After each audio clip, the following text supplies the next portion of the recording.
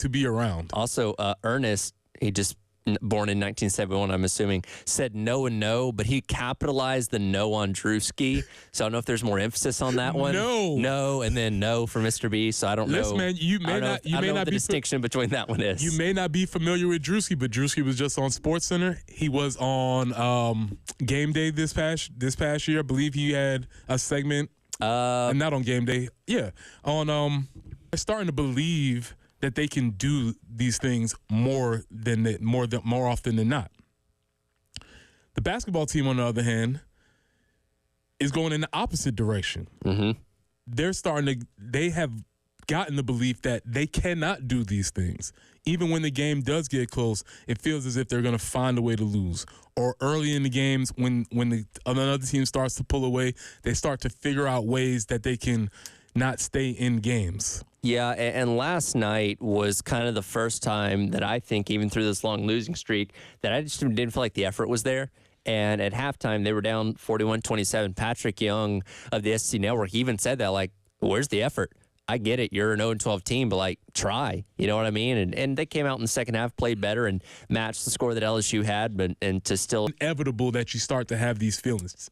And when you're a player and you realize you're not playing for anything, that, sense of just, I don't know if lethargicness is the right word, but just like, well, what am I out here for? Going through the motions again, just kind of looking at the calendar like, okay, only X amount of more games to go and we're done with the season. And then I can go to the portal or go to the pros or whatever it may be. So, again, as we're kind of winding down here, and again, you only got a couple more chances against teams like I think Arkansas and Georgia to really get that win if you're going to get it. You wonder if the effort's going to be there to make that possible. Yeah, and I know everybody says, these guys, the first thing now that we're saying is, they're getting paid.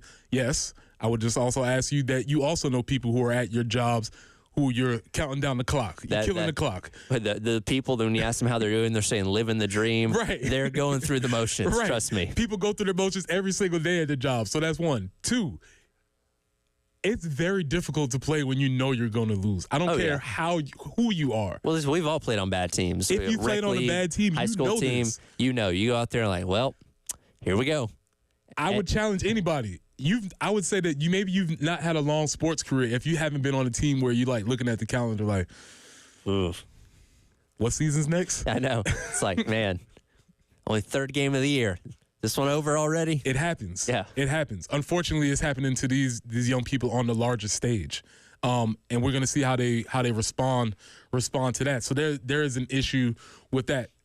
But as you stated, that was last night. May have been the first time where you saw some of the conversations. Let's go out to the phone line. Let's get Ray out here to talk about men's basketball. Ray, how you doing this morning? Hey, doing good. Good morning, everybody. Yeah, God, after watching that game last night, and God, I'm a homer. I'm a Gamecock fan, so I always try to look at the glasses half full. But right now, I think the glass is totally empty. I mean. Good land, I tell you. I know they're trying hard and everything, but I've come to the conclusion, and I know everybody's saying, yeah, man, it took this long to come to this conclusion. We just don't have SEC quality basketball players. And other than CMB, I know our guard had a great game last night for his shooting and scoring, but other than CMB, who on this team would get really any playing time on any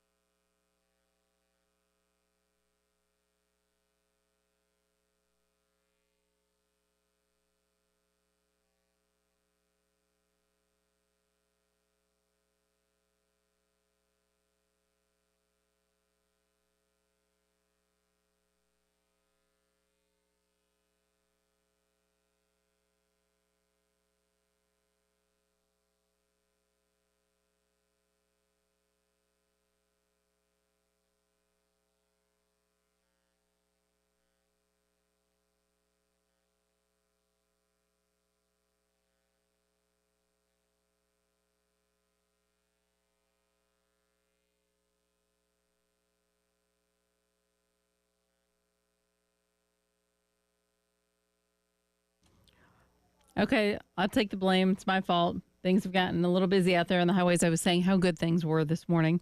I-20 westbound just at 277, the right lane is blocked. I-26 eastbound at Bush River Road. The two right lanes are currently blocked. So be careful out there this morning. Showers starting around 11 o'clock this morning. And then we'll look at some rain activity off and on throughout the day. 42 for the high, overnight low 31. And then we'll have a wintry mix potentially tomorrow, 43 for the high, 47 on Friday. Right now, it's 41 on the early game.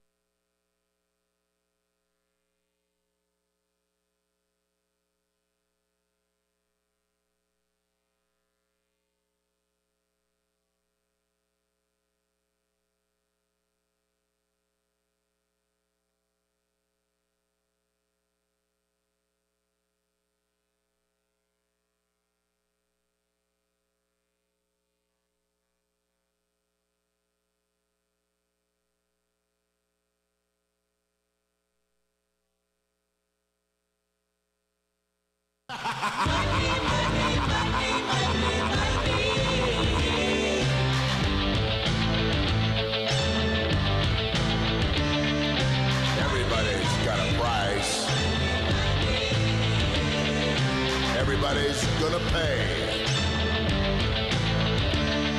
'Cause the $1 million man. That's right, folks.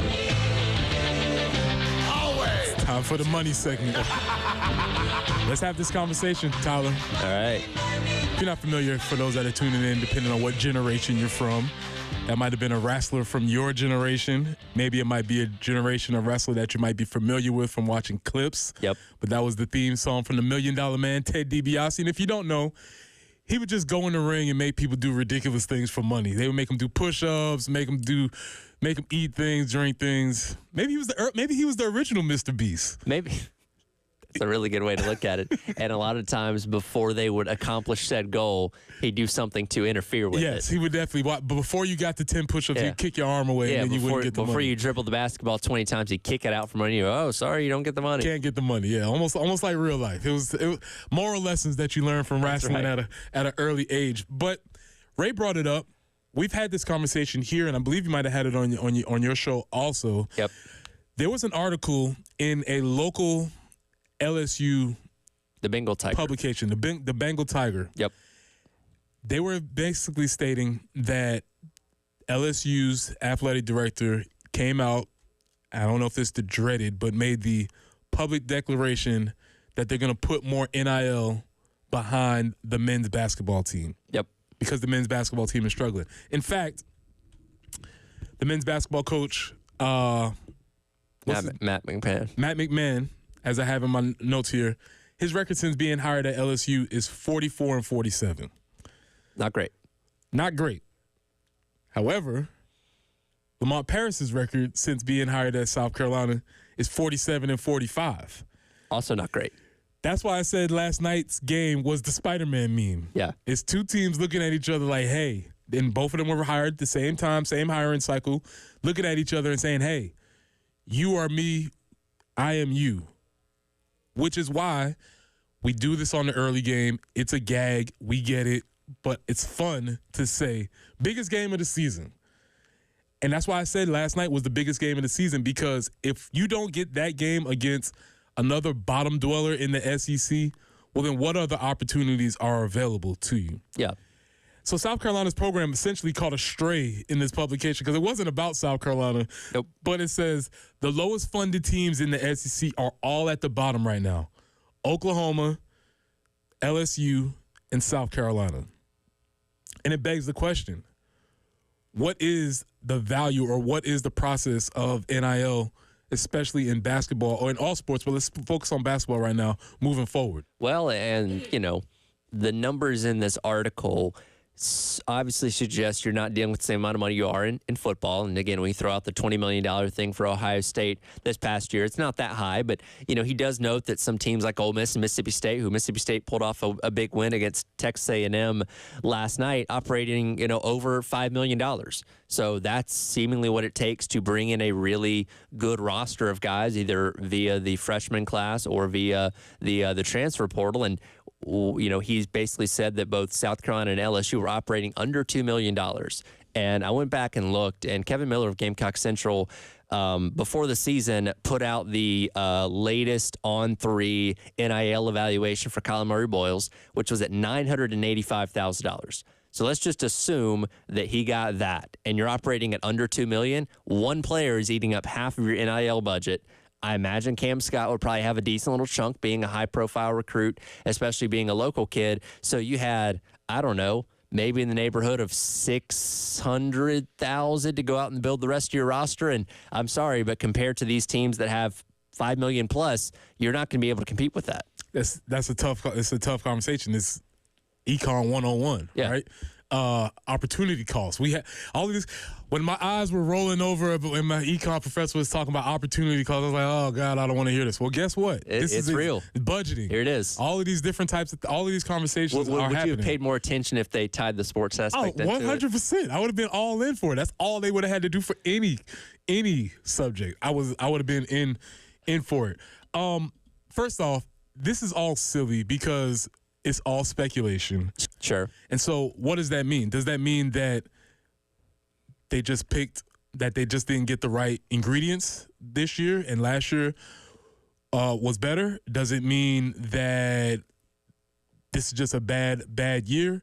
That's where you have to get into the conversation of, and I imagine with the new athletic director, Jeremiah Donati, that's the hard conversation that him and Lamont are going to have. Sure. Well, and I think last year you also had a guy in Michie Johnson who obviously left and went back to Ohio State for seemingly more NIL money that maybe was not getting paid what the market suggested he should have gotten paid, considering the impact that he had on the team at times. And you also had guys like Talon Cooper and BJ Mack, who we've talked about ad nauseum, had just played a ton of basketball. Those guys are so experienced. And while, yeah, they probably didn't command a lot on the open market, what they brought to your team from a value standpoint and experience standpoint was obviously a huge reason on why that team was as good as they were a season ago. And you just don't have that this year. And again, maybe it's the system that Lamont Paris runs that only certain guys can come in and be effective in it, and you just don't have those pieces right now. But again, clear drop-off from a season ago. And yeah, the NIL situation may have been different, but clearly whatever you chose to do this year did not end up working. Yeah, but and I love the way that you position it. It's just like shopping.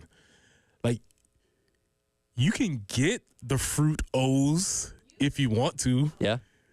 They're not going to be Fruit Loops, though. No. You can do it. You can get the Cinnamon Kings. you can do that. You can pour them in a bowl and try and pass them off to your children as Fruit Loops. But you know what children are really good at? Telling you which is generic and which is not. It's like, Mom, this doesn't taste like Fruit Loops. Well, they're the same thing. No, they're not. They're not the same. So you can get the Catsup or the Heinz ketchup. It all depends. You can get Coca-Cola or you can get Sam's Cola. Listen, as somebody that grew up on Sam's Cola, I know the difference. You can do that.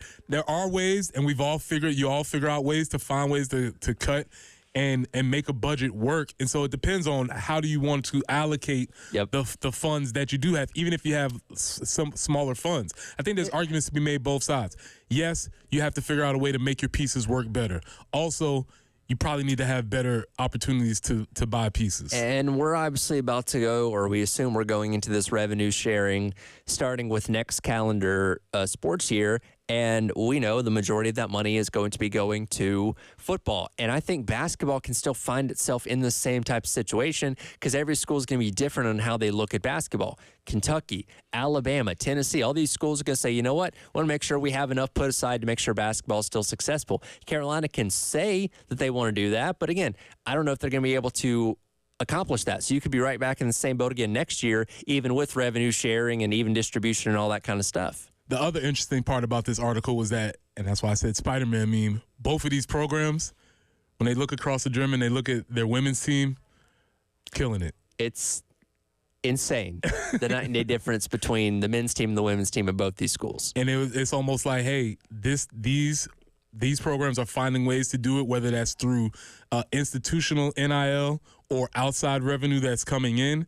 They are finding ways to do it, and you are not. And so it's really tough for both of these men's programs to have the argument that it's not a basketball place when you just look across the gym or you look on another off night and the gyms are packed. Yeah. It's a tough spot for them. Tough spot for them to be in. So we'll continue this conversation. We'll look at it. But I did say that's why I do feel that game, we needed to get that game. And unfortunately didn't. The opportunities to win a SEC game are getting slimmer and slimmer. I think I saw Kim Palm said that there's an 8% chance that they will go winless. Yep. But that's increasing. Yeah. Again, I would say Arkansas and Georgia, your two best shots. Beating Coach Cal, that'd be kind of cool, I guess. That'd be sweet. You get the Georgia game here at home next week, but, Texas and Tennessee, those are two tough draws. Could you theoretically get Tennessee on the last day of the regular season, catch them by surprise? Sure, but I'm not counting on it. I wouldn't count on it. To wrap this up, Arkansas would be the counter to this argument. A team that spent a bunch of money. And they're like, why aren't we winning? What's going on here? There would be an issue with it. All right. Hope you got your fill of the money talk, because guess what? We're coming back with more. Tyler nerds out on college football playoff expansion. Yes. Put your glasses on, get your pocket protector, get ready. It's time for Revenge of the Nerd, the Tyler edition. This is the early game.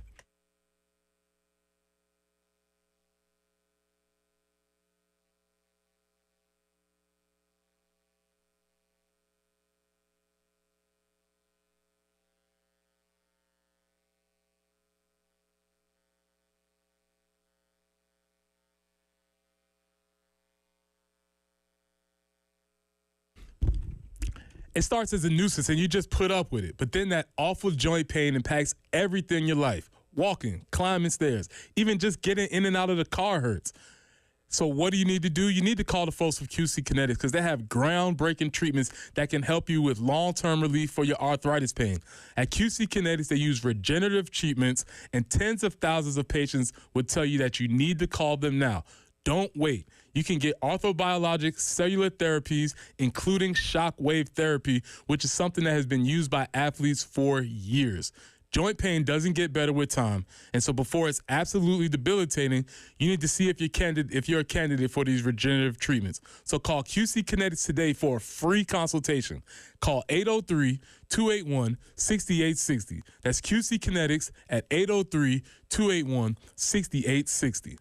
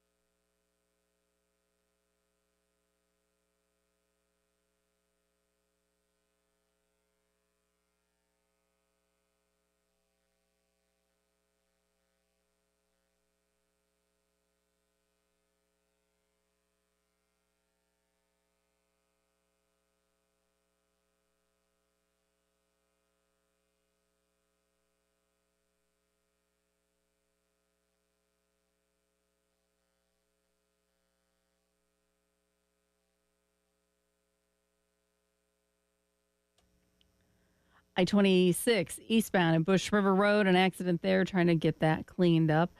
Across the Midlands, other areas, things moving along fairly well. So good news there. Showers today. Those will be starting in a little after 11 o'clock. They're saying that wintry mix, most likely northern Midlands, and maybe off to the PD, that there's the chance for the wintry mix. The overnight low 31, so of course things will have been wet, so potentially could be a little potential for some slick conditions in the morning. There's a chance for a morning wintry mix tomorrow. We'll just kind of have to see how the weather system plays out. 43 ultimately tomorrow for the high. Overnight low of 21. But then by Friday, we get up to 47 under sunny skies. 41 right now on 107.5 The Game.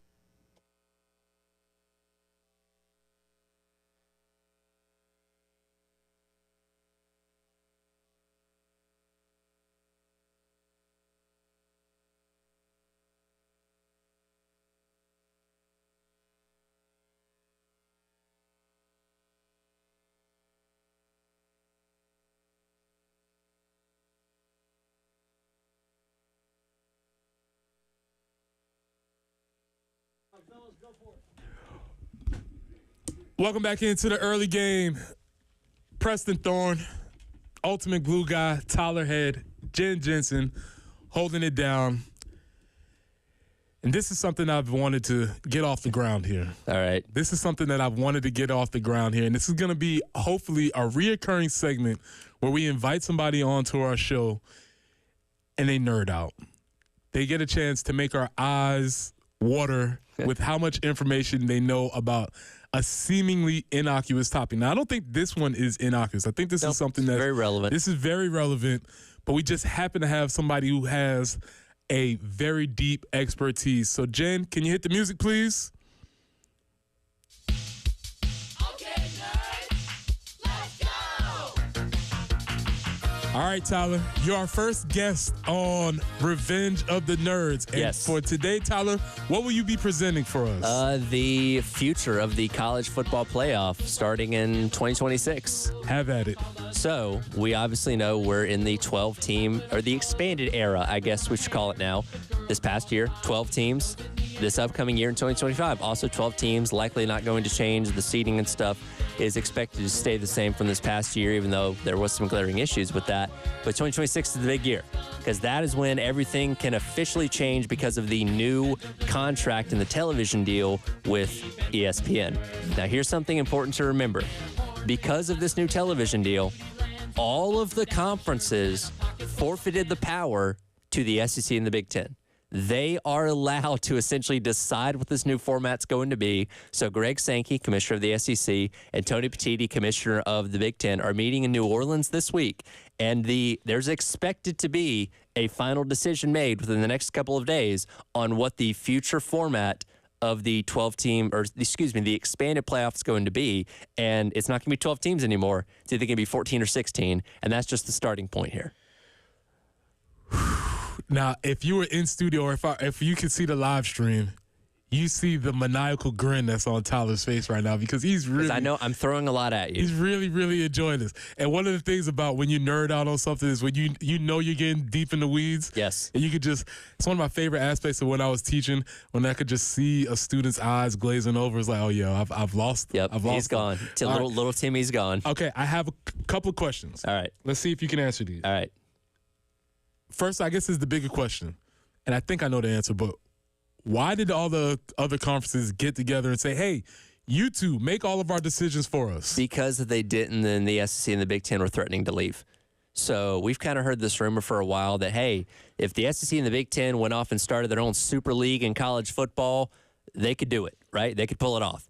And for everybody to eat, they need the SEC and the Big Ten to stay at the table. Because here's the thing, if the SEC and the Big Ten said, hey, you know what, we're going to have a two-league super conference, and we're going to have our own national championship, ACC, Big 12, good luck figuring something else out. Guess what that does? Takes a lot of money out of the pockets of all the ACC schools, all the Big 12 schools, and everybody else in FBS college football. They need everybody to stay together because, again, most of the interest, most of the TV revenue and dollars go through the SEC and the Big Ten. So in order to get them to stick around and not go off and do their own thing, they said, fine, you can decide what the format is, as long as we get to be a part of it.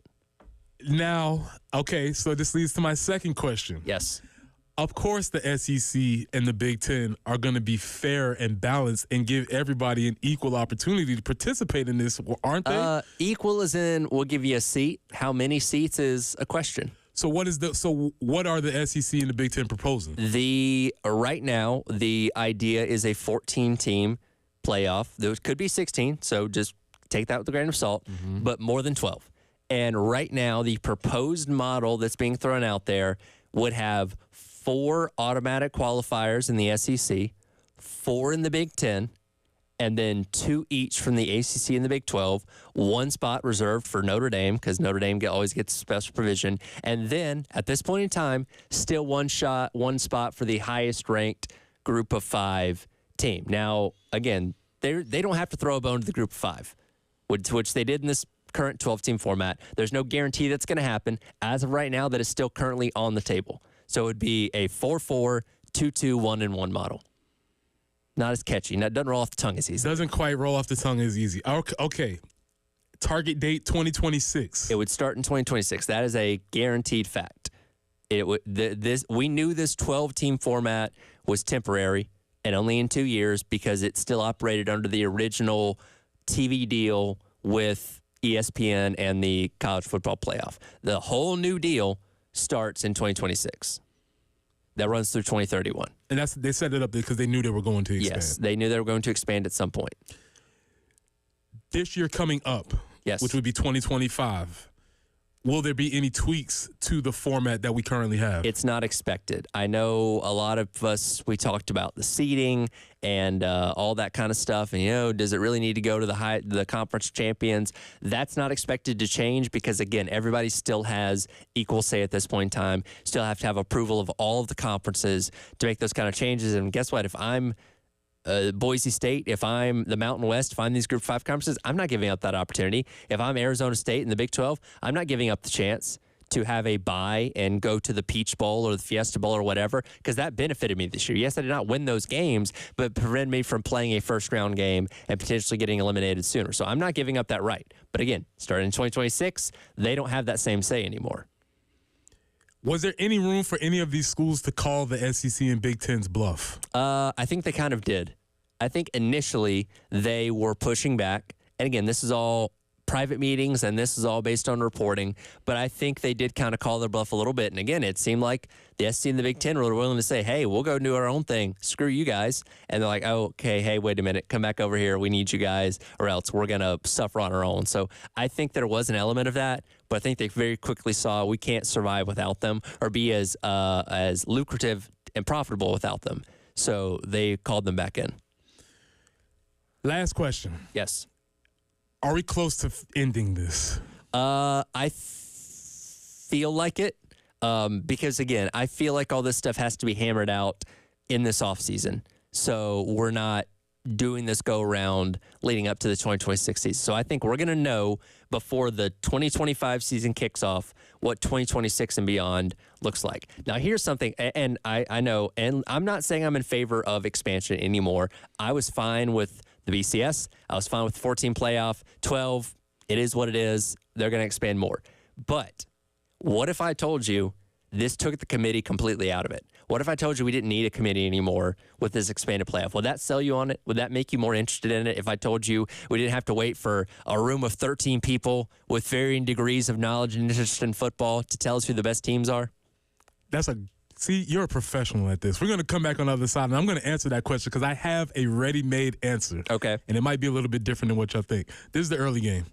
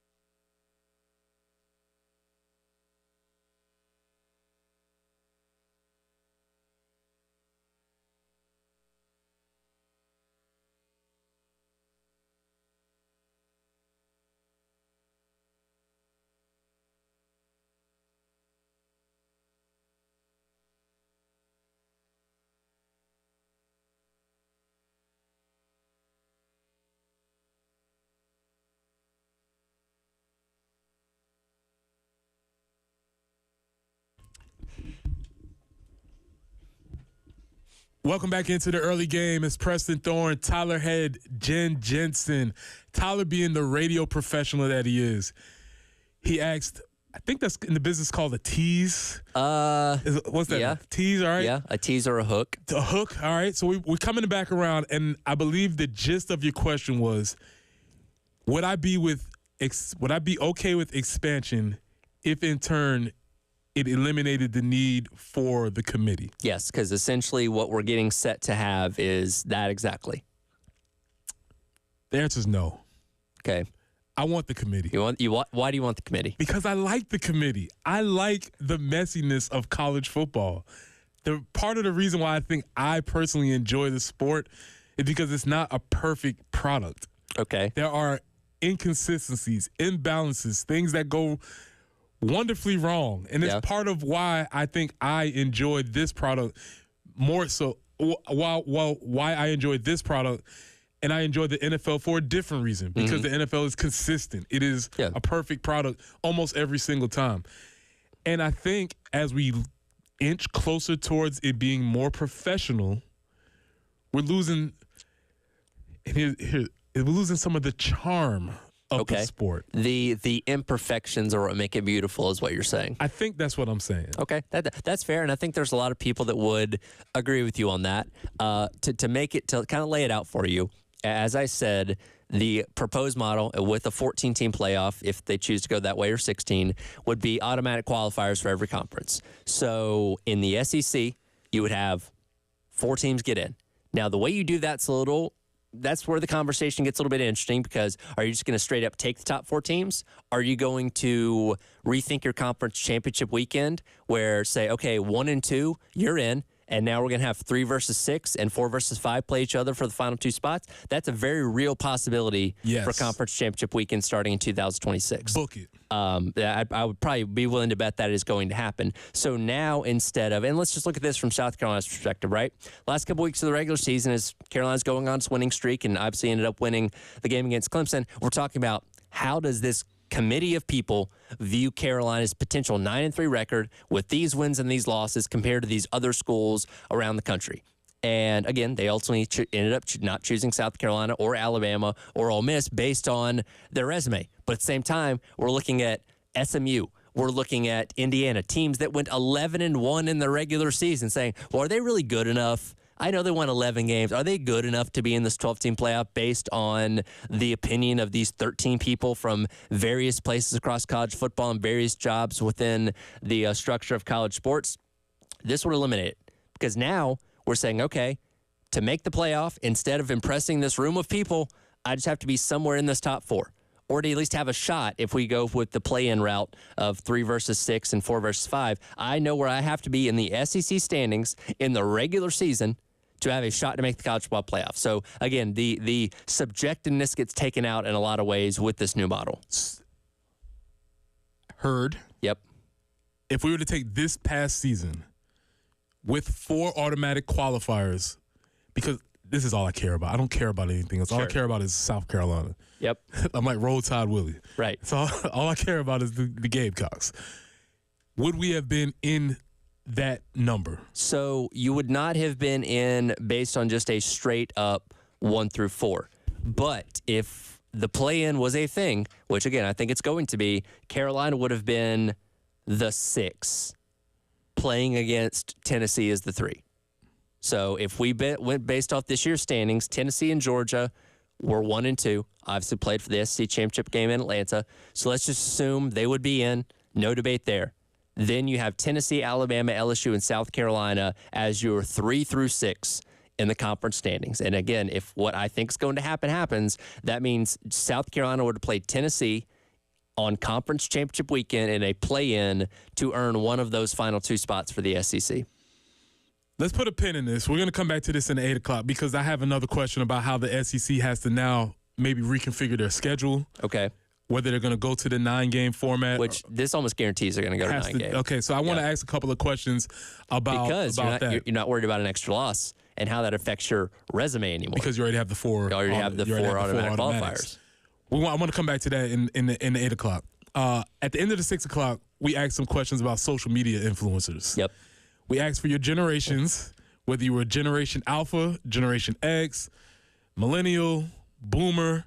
I feel like the Millennials and the Alphas maybe coming in a little bit later. And just ask a simple question. Your familiarity with two YouTube influencers, Mr. Beast and Drewski. What were some of the answers that we had coming in? Just kind of run through some of these pretty quick. Gen Xer, don't know either one of them. Gen Xer, no and yes. Drewski being the first, Mr. Beast being the second. Gen X, no and yes. Millennial, no and yes. Millennial, yes and yes. Again, our guy Ernest, no and no, with an emphasis of no on Drewski for some reason. Again, it seems like less people know Drewski. Yeah. Which, like, That's fair. That makes sense. Again, that's a little more, I don't want to say niche, a little more like you have to be consciously on like Twitter, YouTube. Pretty deep online. Deep online to know him, where Mr. Beast has really crossed over in the mainstream. Again, he's selling chocolate bars and candy and, Lunchables and all these kind of things. Pause, Jen, quick review of the Mr. Beast chocolate bar. Yeah, if I'm gonna blow calories, that isn't where I'm gonna Probably blow not going to them. be there. Yeah, it's not anything special.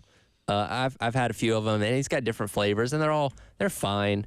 But I'm not like, oh my god, this is the best thing I've ever tried. Yeah, I'd say this: if you have a maybe anywhere from a fifth grader up, especially fifth to ninth or 10th grade, ask them who these two people are. I'm pretty confident that they know who both of them are. Yeah, well, and that's a generation that like they don't watch television. Right. I growing up as a kid, I watched Nickelodeon, I watched Cartoon Network, I watched Disney Channel, and like I associated with the stars of these shows because that's the content that I was consuming. Where now kids like on their iPads or on their laptops, like they're watching YouTube all day. And guess what? Mr. Beast is the biggest YouTuber. So hey, here's this challenge of 100 people in a circle. Last to leave gets $1 million. They're watching those kind of things now. Like that's their entertainment. By a large margin. By a large margin. And I say, when I go out to the schools and I talk to the kids, if you ask them, if I was to ask the kids, which is shocking because this is the thing, if I was to ask the kids, hey, raise your hand if you know who Zion Williamson is. Mm-hmm. You get a decent amount. You get those like really sporty kids that you would have know. to be super sporty, even though he's from the state, blah, blah, blah. Raise your hand if you know who Mr. Beast is. Everybody. Unequivocally, 100%. And I think, I always say these things, I think we just have to just pay attention to where these things are going because they're on TV, they're in our sporting events, and they're going to be around. And again, the fact that the NBA in its all-star game, which again is trying to pull in as many casual viewers as possible, says this guy is valuable enough to the casual interest of people. We're going to have him as a featured part of our all-star game, tells you how culturally relevant he is. That's another bigger part of the conversation because for most of the people you hear panning the NBA All-Star, which I didn't think it was good either, maybe it wasn't for me. Maybe not. Maybe there was a tranche of folks who tuned in for Mr. Beast and all caught a basketball game on the side. Yeah. And that's how a lot of these things are moving towards. We've had conversations here about YouTube golf, which is growing immensely, more so than maybe even Live. And the only thing holding it down are the majors. And so these are conversations that we will keep having on this because I think it's interesting how viewing habits are changing and where we're getting influence. Well, and look, everybody's fighting that there is no, besides the NFL, nobody's figured out the code, right? The NFL is bulletproof. They can, no matter what controversy is going on in the league, on the field, off the field, people are going to watch because we're so addicted to football. But baseball and basketball and NASCAR and all these other sports, hockey as well, are trying to figure out how to get people to stay locked in on their product when it's not involving the biggest names and the biggest teams, right? And that's something that nobody's been able to figure out yet. So send us in 803-404-6100. Send us in your generation and whether you're familiar with these two guys, Mr. Beast and Drewski. A simple yes or no would help. When we come back when we finish, come back at the 8 o'clock. We're gonna talk about last night. Two ships sailing in different directions. Yeah, one ship got a nice full mast with the what do you call it? The sails intact. The other one's got a few holes. There's water leaking out of the bow. And it's still sitting at the port. Yeah, hasn't left the port yet. No. Hey, the captain's going down with the ship. Give him credit. That is true. So when we come back, we'll talk about a little bit about last night, specifically talking about the baseball team, which I position undefeated, natty. They're on trajectory. So far, so good. They're on trajectory. This is the early game.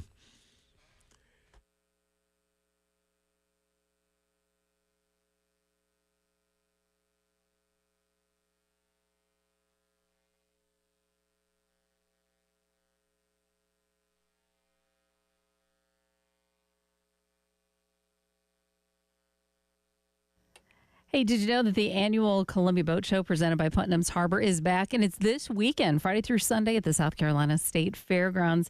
I'm telling you, there's going to be something for everybody in the family. There are going to be experts there you can chat with. Over 12 vendors are going to be there. Huge selection of boats from several manufacturers and motors. They're going to have personal watercraft, apparel, artwork, lots of marine products and services available. Lots of live entertainment as well. That's going to be exciting to have some local talent there that you can enjoy some music. The captain from the Sportsman Channel's Hook the Future, he's going to be there too. He's going to be doing fishing clinics for the kids on Saturday and Sunday from noon until 2. The Gamecock Bass fishing team's going to be there throughout the weekend. You can meet them. Lots of kids' activities. I'm telling you, it's going to be a great weekend. Friday 10 to 8. Saturday 10 to 7, Sunday 10 to 6. Don't miss all the fun at the Columbia Boat Show. For a complete list of exhibitors and schedule of events, plus ticket information and more, just visit theboatshow.com. Theboatshow.com.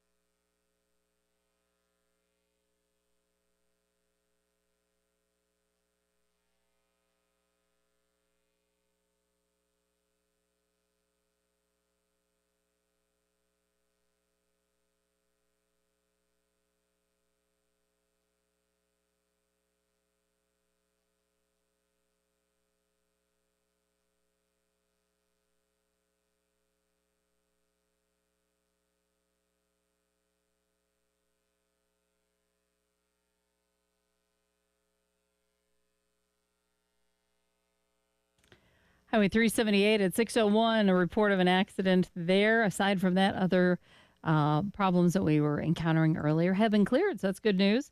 Showers coming in sometime after 11 o'clock this morning. It's only going to get to 42, so just kind of cold and damp.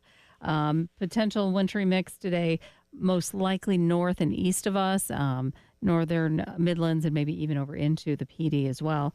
Overnight low of 31, which means it could be a little interesting in the morning because of all of the rain. So you're going to want to be careful in the morning. A high of 43.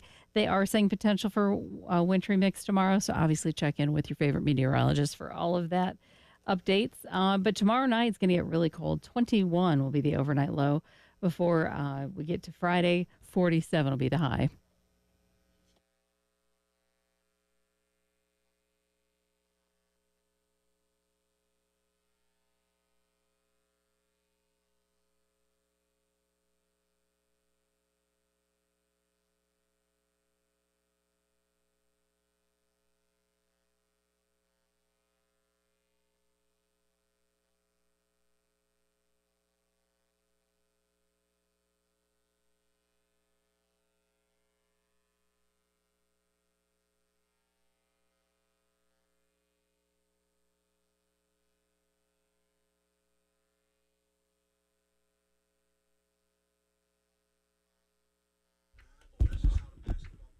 Eight o'clock.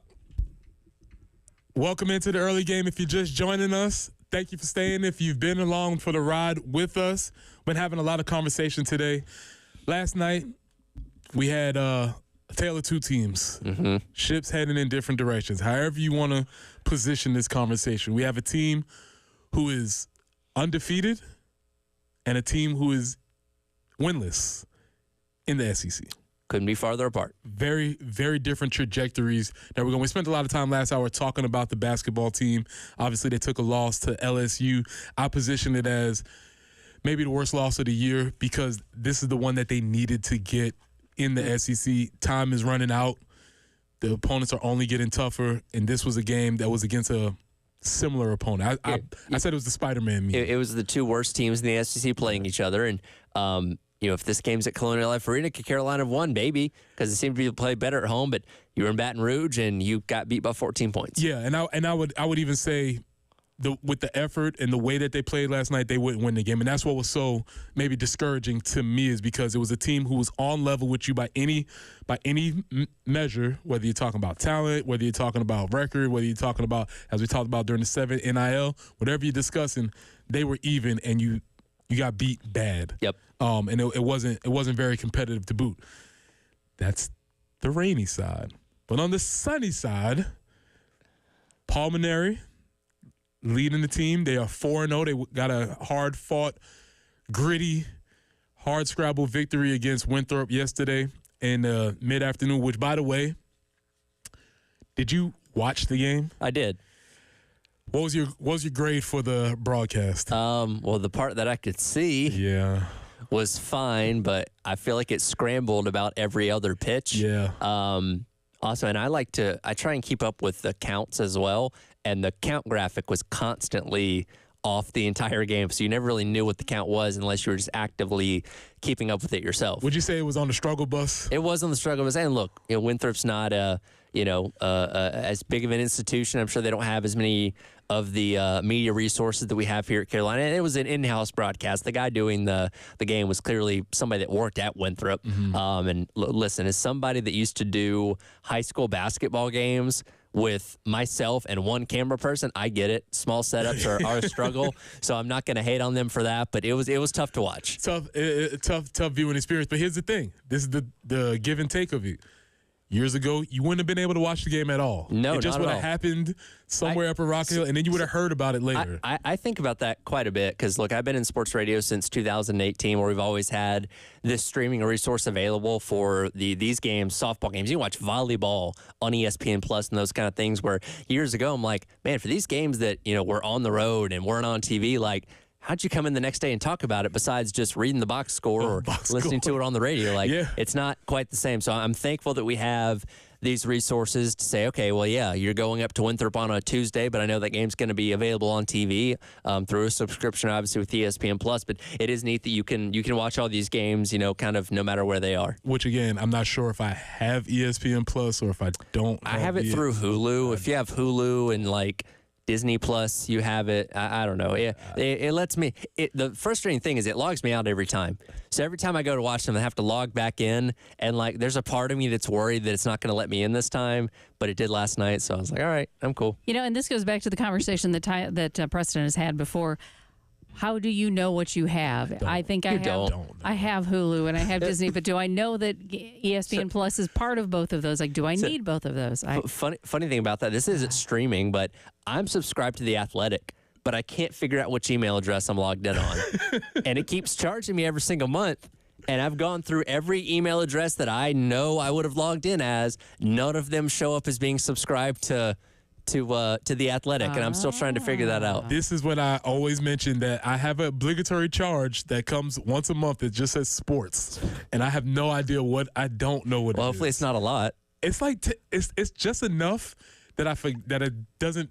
You know what I'm saying? It's like $7.99. It's just under the threshold where I would get mad about it. Sports, but they're just grifting away $7.99 a month from me, and I don't know what it is. Yep. And then when you start thinking about it over the years, like how much money that really is, and dagnabbit, how can I get rid of this? Like on your bank app, it doesn't like specify anything else. It just says sports. And I'm like, what is this? Because usually it'll be like, all right, The Athletic, New York, or whatever it may be. And funny thing, one time, and look, I'm a habitual checker of my bank account. My wife is not, and I'm trying to get her more in line. Like, hey, you need to check this more often. But I'm constantly checking my bank account, keeping up with what's being charged and all those kind of things. And one time I got a charge that showed as pending, and it said it was from the Rockefeller Plaza in New York. And I'm like, wait a minute, I've never been to this place. What's going on? Immediately called the bank and, figured out what's going on. And in the process of talking to the guy at the bank, I figured out it was Peacock.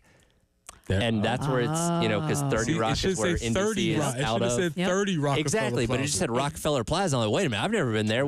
Who's charged me $5 for some at Rockefeller Plaza? What's going on? But no, it's just Peacock. That's where that would have been, if it says 30 Rock, you'd be like, oh, okay, I know it. But I stay on top of these things. I don't let those things slide by me. Yeah. So I see something weird, I hop on it.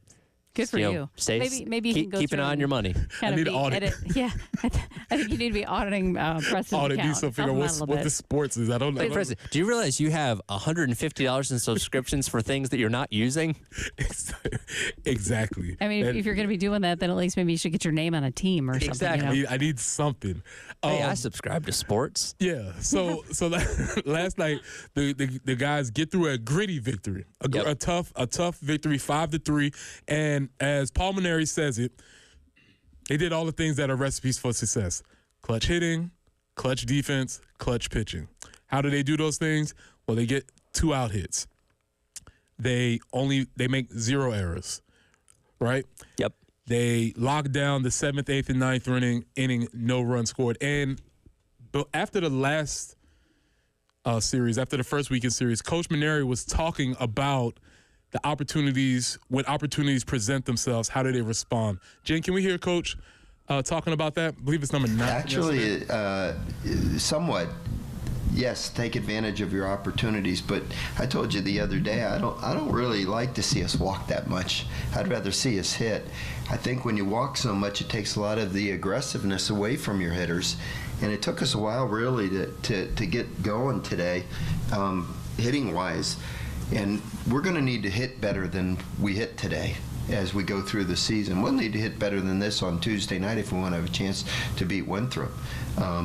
We had a lot of pitches to hit, and we took a lot of strikes, and I wasn't really overly happy with the way we swung the bats today, quite frankly. But late in the game, I thought Blake Jackson gave us a spark with his double down the corner, and then, of course, Nathan's home run broke it open for us. But, overall, I wasn't really all that pleased with the way we swung the bats today. So I'd much rather see us hit than draw free passes. I think the game's more fun to watch, and it's more fun to play when you're hitting the ball and running the bases and doing those kinds of things. Get the crowd more into the game. I like that. But, when the pitcher walks batters, you're going to earn your walks, and then we got to have somebody that's ready to drive them home. But, I think we left a few runners on base today that we, in situations where we had runners, we should have had better at bats. But it's early in the year, and I've been doing this a lot of years, and this is very typical of offense early in the season. You just kind of miss hit balls and, a little bit indecisive and that type of thing. But we're going to need to grow and get better. Again, I think we're learning about Paul Mainieri and his coaching style the more we listen to him. And I know I'm a sucker. I love listening to coaches talk.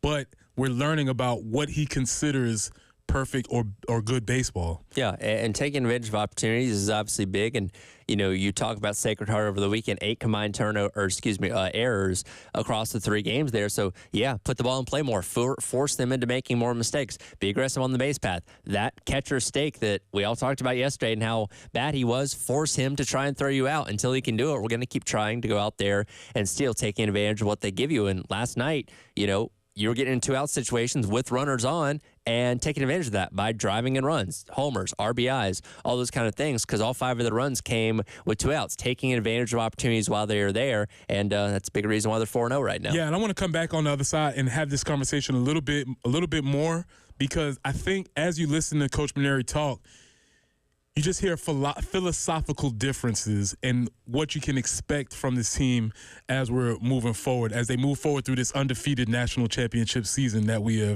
are at the beginnings of. So let's continue that conversation on the other side. This is the early game.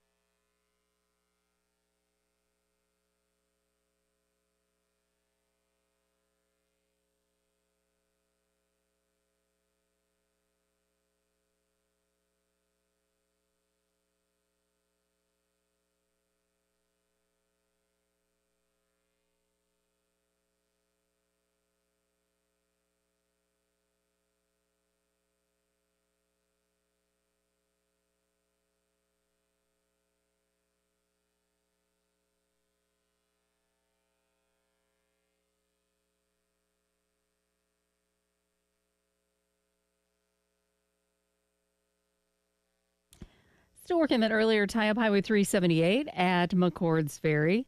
And as far as your forecast goes, looking for showers today. They're going to happen. It's not like we really want them. 42, it's going to just be a chilly rain today. Wintry mix most likely north of us, northeast of us, on into the PD. But the overnight low of 31. And tomorrow morning, there is a chance for a wintry mix. We'll get up to 43 tomorrow. The overnight low will get really cold, 21 overnight. But Friday, we'll see sunshine and be rewarded with a warm 47 degrees. But it's going to actually warm up for the weekend. We are looking at mid to upper 50s for the weekend. And shoot, by Tuesday, we could hit 70. So welcoming that. Just have to get through these few days. Right now, 42 on the early game.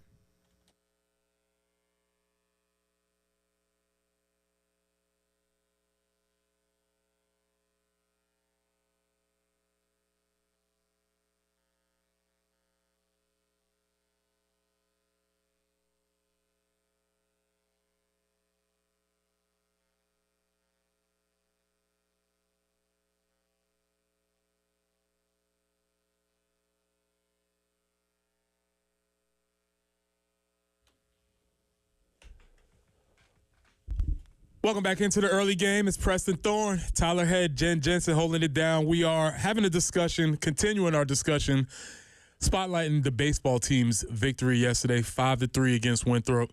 Gritty, tough, fundamentals, sound. What other words can we use to describe the victory? I think you nailed all of them. You know, we get all did the things the right way. It was a lunch pail kind of game. Lunch pail game. All the things that you want to hear when describing a team. And one of the things we talked about was that Paul Maneri and his crew seem to be setting up recipes for success that can be replicated. Yep. You play good defense, you pitch well, don't make any get clutch hits when you need them, and you can win a lot of games. And I think the reason why I've been honing in on this is because according to the voters, according to the pundits, according to a lot of people, this team may be at what some people would consider a talent deficit from the rest of the SEC. Mm-hmm. And with that being said, you can still win a lot of games by doing things correctly, by doing all of the things that he illustrated. I want to go back and I want to listen to this again. This is from Sunday after the Sunday victory. And again, I want you to listen to Coach Maneri talk about his philosophy and specifically one of his offensive philosophies. Actually, somewhat. Yes, take advantage of your opportunities, but I told you the other day I don't really like to see us walk that much. I'd rather see us hit. I think when you walk so much, it takes a lot of the aggressiveness away from your hitters, and it took us a while really to get going today, hitting wise, and we're going to need to hit better than we hit today. So that was on Sunday, and he was saying that they're going to need to hit better than they hit today. And what he was talking about hitting better, he was talking about being more aggressive at the plate. And I think this is a line in the sand in this era as opposed to last era. And we talked about it earlier as far as the approach towards the game. Coach Maneri obviously has more of a boomer approach towards baseball. Be aggressive. Get runners on base, move them around, sacrifices, small ball, make the game interesting. Whereas opposed to Mark Kingston was more in the analytics era. Yep. And in that era, you wait for the perfect pitch. You only swing at the ball if you think you can hit it out the park. You rely on home runs, long ball. That's the sort of game. So you're seeing two diametrically opposing philosophies of how you approach baseball. Yeah, and for reference, last night, 10 hits across the board, which is the most they've had in a game so far this year. They had 9 hits in game number 2 against Sacred Heart. And more importantly, I think everybody, with the exception of Blake Jackson, got a hit at some point last night. You had Kennedy Jones and Jay Swote, which, by the way, Jay Swote has really impressed me early on this year. I transfer, and we had him in for a GC hour at some point towards the end of last year. And he's somebody that's coming on strong and having a really good start to the season, found his way in the lineup last night as a DH. But you're 1 through 8 they all got hits at some point in the game last night. And again, Blake Jackson, obviously the only one that didn't get one of those. So you're hitting up and down the lineup, which is very important. Obviously, you have your meat of the order with Petrie and Jones and Nathan Hall at the very top that are going to be more of your consistent type of guys. But getting production through 1 through 9 every single game as much as you can is going to be very important for keeping those guys on the base paths and obviously driving in runs. 2 statistics from yesterday's game that might be helpful in gauging the team the rest of the season. With 2 outs, they were 7 of 15. All of their runs came with 2 outs in the game, right? Right. They were 7 of 15. Conversely, on the other side, Winthrop 0 for 9. Mm-hmm. So not only did they get 2 out hits when they needed them, but they also were able to get outs on the defensive side. That's one. A little smaller one, going into doing things the right way, nerdy baseball things. When the team had opportunities to advance runners, they were 7 of 17, which is 4-12. So this talks about playing small ball, putting the ball in play, putting more pressure on the other team, making them make plays. And Winthrop did a good job. They didn't make any errors either, so they played well. But this is a different philosophy as far as the game is concerned. You're 5 games into the year, and I get it. It's still cold outside, so the ball's not flying as much. You're 5 games into the season. You've hit 3 home runs. You've still scored 32 runs. Like, that's ideal. Because, again, this team in the past has been very feast or famine, right? Like, it feels like if they weren't hitting home runs and they were striking out, and vice versa. And, that can only take you so far. I think, and again, Maneri's got the track record of doing it. To be a team that's going to be able to get to that Final 8, to get to Omaha, to fight for a national championship, you have to be well-rounded. You have to be able to do everything on offense besides just hitting the long ball, which is not something you can rely on each and every time, and the difficult pitching staffs in the SEC are certainly going to make that a problem. So I'm liking what I'm seeing out of the offense early on. So when you draw that distinction between, obviously, the old philosophy or the philosophy from the previous coach and the new coach, that's one thing. Now, as we talked about in the beginning of 8 o'clock, you have 2 teams that are going in different directions. You have the men's basketball team and the baseball team. Similar situations where I think if you look at it, based on what the pundits say, they may not be as talented as the top halves of the SEC standings. However, what you've seen so far is that the baseball team has been able to do things the right way, where the basketball team has found almost uncanny ability to do things the wrong way. You and I were just listening to a little bit of Coach Paris's, not his presser, but his hit with the guys on the radio after the game, and he was asked about turnovers, and just like he couldn't find the words in the first 20 seconds to kind of sum up how he's feeling about that. He's frustrated because, again, and he even said it in the clip, that I can't play. I'm not the one out there with shorts and sneakers on, dribbling the basketball, passing, shooting, all that kind of stuff. I can only put you in position to be successful. As we talked about so much this year, I imagine if you go to practice, everybody's probably passing the ball well. Everybody's probably shooting the ball well. There's no issues when it's just them in the practice court. But when they go out there in a game, whether it be Colonial Life Arena or somewhere else, things fall apart for whatever reason. And I don't know how you fix that. Obviously, this season is a lost cause at this point. And I got to imagine Coach Paris has been left sleepless many nights wondering what else he can do to fix this, because, again, whatever he's trying is not working. Because you have to be able to do those things, especially when you think you're at maybe a talent deficit, or you don't have as many athletic guys or guys that can go out and make explosive plays by themselves. You have to be able to do things the quote-unquote right way. And the basketball team has not done that. And so it's hard to evaluate. Well, let me say this.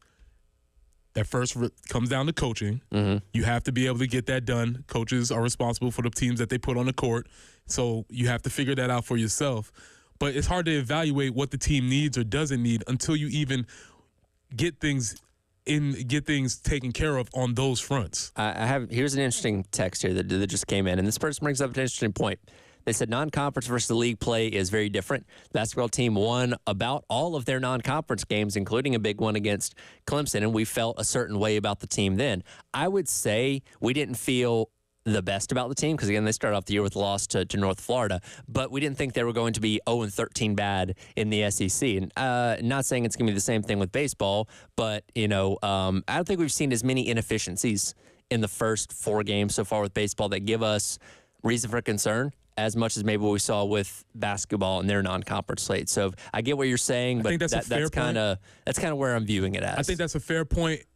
I guess my counter to that would be the things that are happening. If we're presuming that the SEC is a little bit tougher competition, more athletic, well, we're not even getting a chance to really bear that out because they're not giving themselves opportunities because they're making a lot of these turnovers. If we were probably to get into the analytics, it's not as if they just got those turnovers because the other dude was such a better athlete than them. A lot of it's like, I just threw the ball out of bounds. Where you go? Who are you passing it to? Where's it going?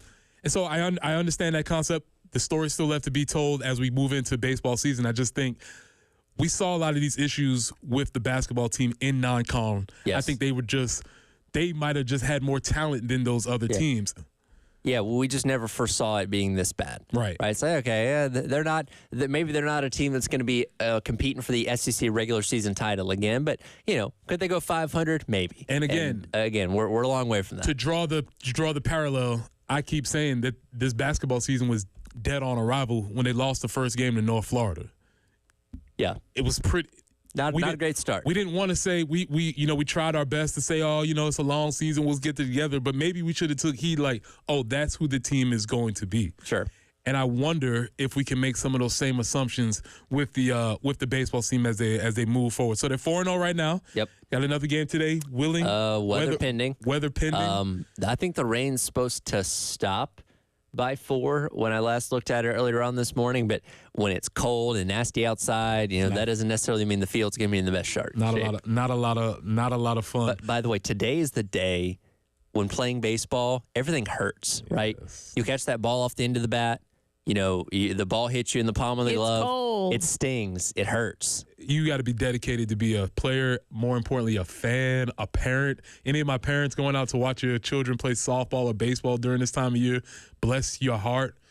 It's not a lot of fun right now. My high school baseball field was right next to a river. And, we started playing in basically mid-February as well. Mm-hmm. And, man, staying out there in the outfield at 7 o'clock on a Thursday in February, getting that wind coming off the river, that was cold. For as beautiful as it gets to be during the spring, it's difficult right now. It is. You pay your price right now. When we come back, we're going to get back into the college football playoff expansion because – what did you know? Tyler has more to say about this, and we're gonna dive a little bit deeper into it because I have a couple more questions. This is the early game.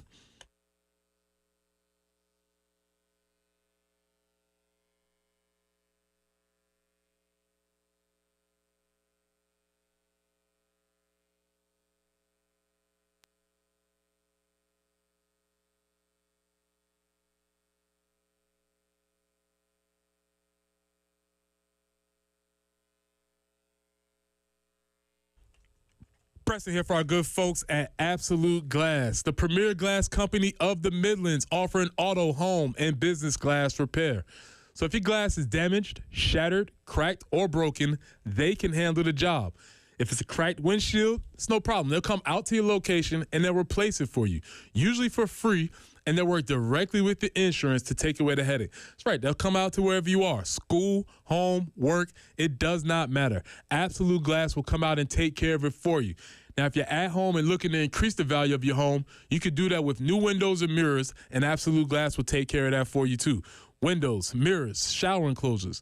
Say it all the time. If you can see through it, Ray and Marianne at Absolute Glass can do it. So check them out online at AbsoluteGlassInc.com. That's online at AbsoluteGlassInc.com.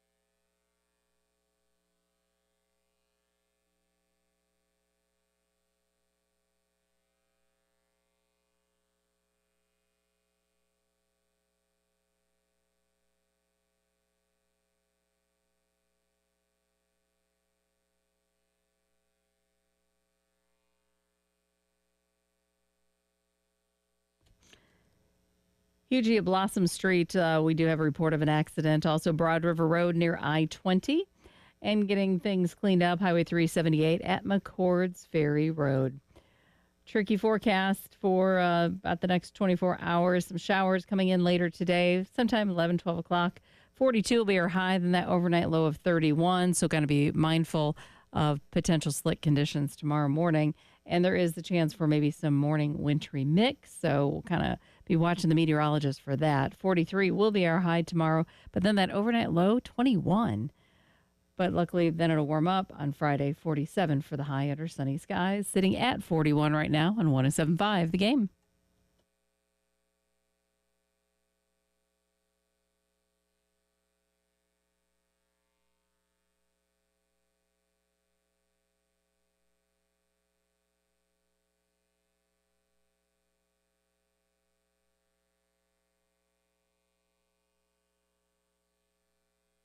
You got two leagues that get 4 AQs each, and then 2 power leagues that get 2.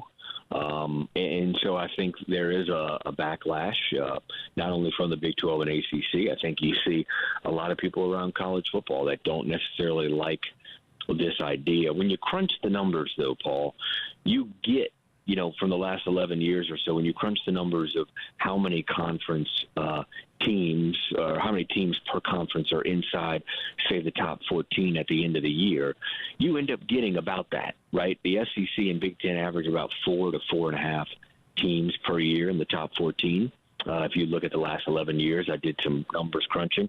And then the ACC and Big 12 both average about 2 each in the top 14. And in the G5, about once every 3 years, they'll have somebody in the top 14. In Notre Dame, it's once every other year they would be in the top 14. So that's just some data, and that's probably what the SEC and Big Ten are using in order to draft this AQ format. The big question, Paul, and I know I've been on your show talking about this part before, is how does a league determine who their 4 or 2 AQs are? And that's the fascinating part of all this. Ooh, probably should have played the nerdery song for that, because he used all the key indicators of a dork. Oh yeah. He used acronyms that we don't know. What's an AQ? I guess that's an automatic qualifier, I'm assuming. Yeah, that's correct. He used the automatic qualifier. Oh, if you're just tuning in, this is Preston Thorne, Tyler Head, Jen Jensen, the early game. We're going back to our conversation about college football expansion, but let me get back to this dork. He crunched the numbers several times throughout the week. If you just crunch the numbers, okay. Then he used data again. But here's the point. The SEC and the Big Ten, they're not using any of that. They're just using the big stick to just say, hey, listen, I don't need the data or the numbers. I don't need an argument. Either get with us or get left behind, right? Yeah, it's pretty simple at the end of the day. And look, Ross is phenomenal at staying on top of all this, and anything that comes out in reference to these kind of things is obviously in his wheelhouse, and I enjoy keeping up with his coverage of it. But yeah, to kind of go back to our conversation from a little bit earlier, the SEC and the Big Ten said, okay, we can either go do this stuff ourselves and leave you guys out in the cold to fend for yourselves, or you can give us control and we'll throw you a bone and allow you to be a part of our thing. All right, so let's get a review for maybe the folks that weren't here earlier. Okay, what's the significance of 2026? That is when the new television contract begins with ESPN of the college football playoff, which, again, the original one ran for basically a little over 10 years. That's going to come to an end at the end of the 2025 season. So now that opens up the door to more expansion, right? And because of this new television contract, because the way the money works, the conferences, because you have 10 FBS conferences. Yes, the Pac-12 still does technically exist. The current structure has everybody having an equal say, where you have to get everybody to agree on it for it to happen, which is why we have the 12-team playoff as it exists now, with automatic qualifiers, buys, the G5 being involved, all that kind of stuff, because everybody had to come to some kind of agreement. Because the new contract is coming up, it allowed the things to be restructured.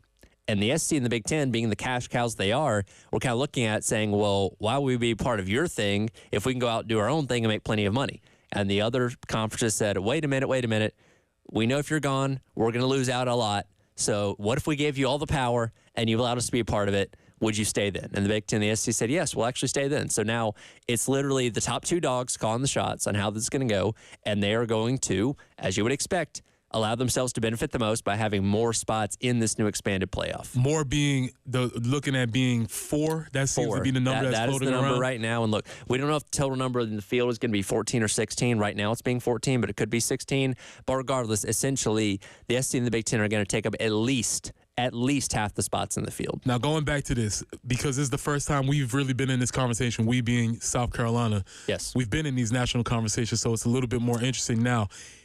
If this format, let's say if this was 2026. Yes. And we just had the season that we had, would we have been in the playoffs? As a 1 through 4, no.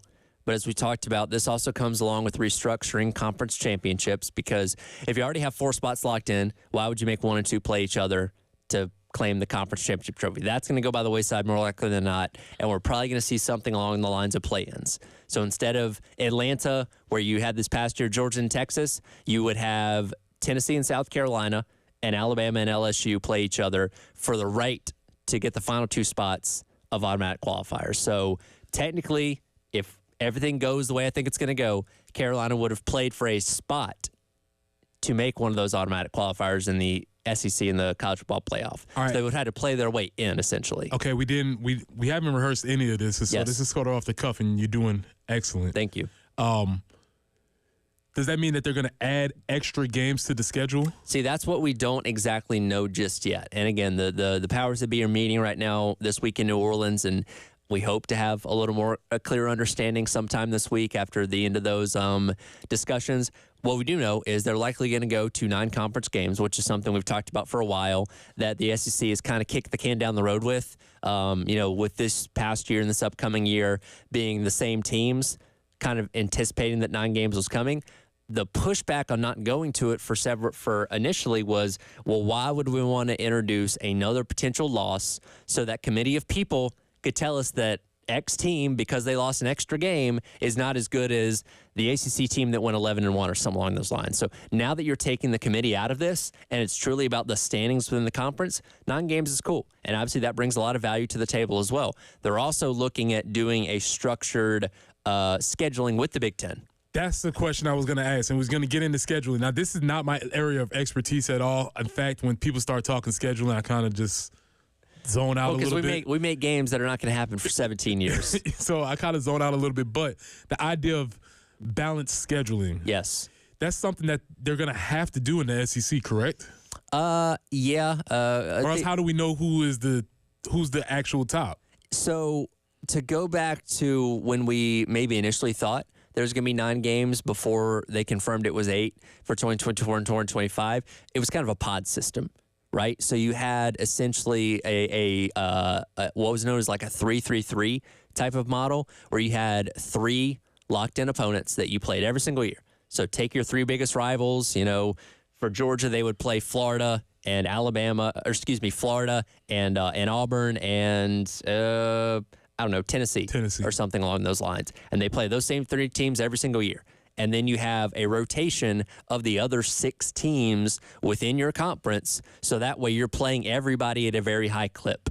And again, you have your locked-in rivalries, things that can stay preserved and all that kind of stuff, but also making sure you see everybody over and over, because it went for a long time with like teams that wouldn't play each other for like 8 years, and that's ridiculous in a conference like the SEC. So that kind of eliminates that kind of thing from happening, which I'm assuming is what's going to happen with the 9-team model, assuming we go to it in 2026, which is why they've not scheduled anything past 25 in terms of the conference as of right now. So that opens that up because, again, you're worried about conference standings, but also this agreement with the SEC and the Big Ten is to have more crossover.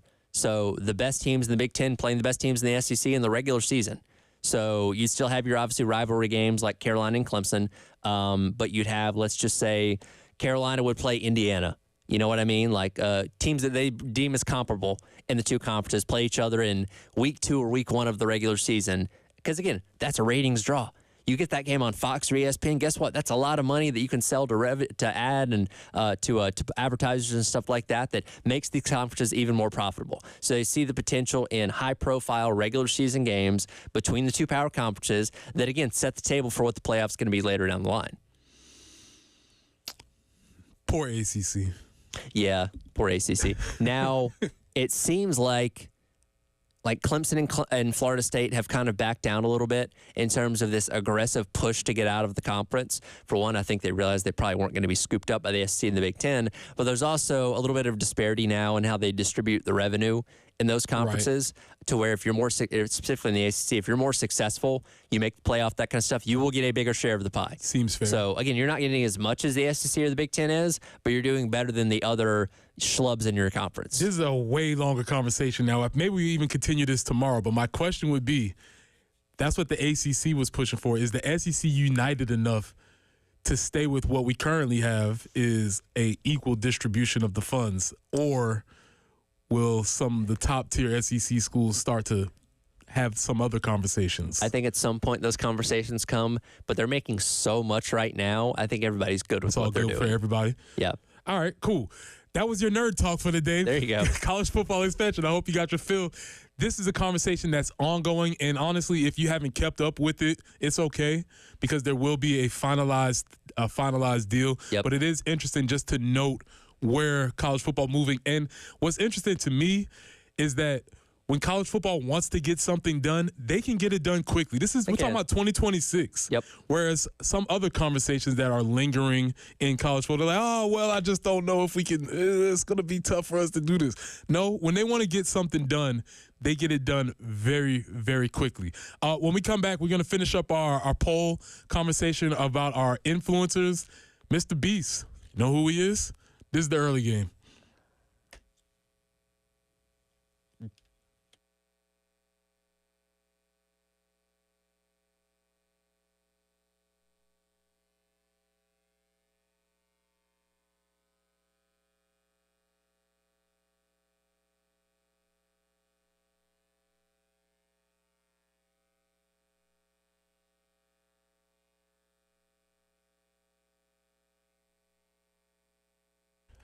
Press here for the good folks at QC Kinetics.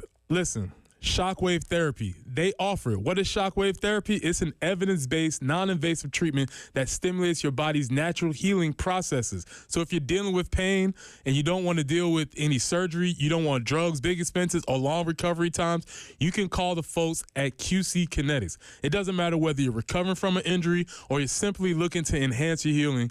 Shockwave therapy could be the game-changing solution that you've been waiting for. Athletes have trusted this advanced technology for years.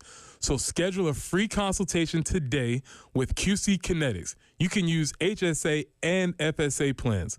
QC Kinetics at 803-281-6860. That's QC Kinetics at 803-281-6860.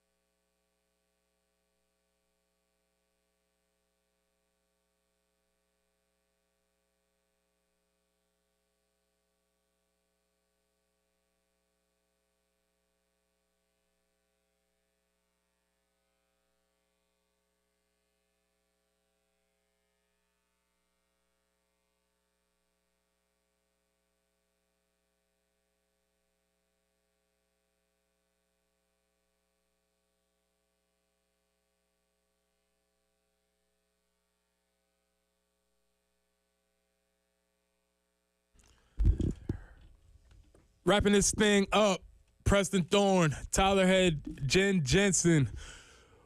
If you've been listening this whole time, thank you. If you're just joining us, you got an opportunity. We are going to be offering a family pack of 4 tickets to Thursday's women's basketball game against Arkansas.